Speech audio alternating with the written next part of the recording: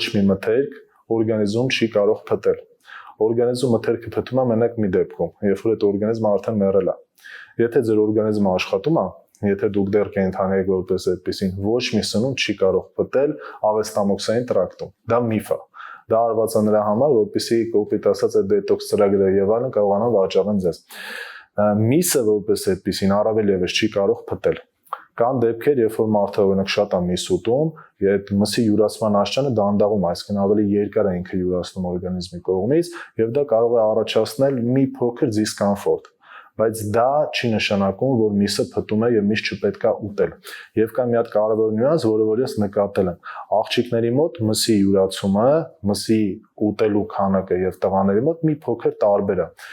Տղամարդը առհասարակ կարա մի